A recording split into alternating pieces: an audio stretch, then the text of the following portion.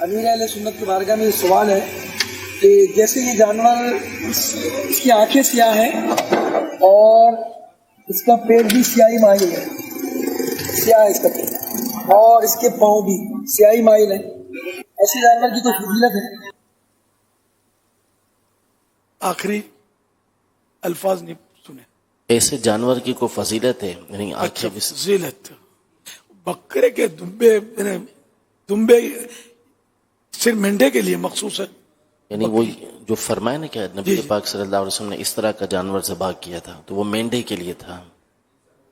یعنی یہ مینڈے کے لیے فضیلت حدیث پاک میں جو تذکرہ ہے جس کا، جی تو سنت سمجھ کر اگر مینڈا اس طرح کا ڈھونڈے کرے تو ظاہر ہے کہ ثواب بڑھے گا اس کا، کہ سرکار صلی اللہ علیہ وسلم کے عمل کی اتباع کی انہوں نے.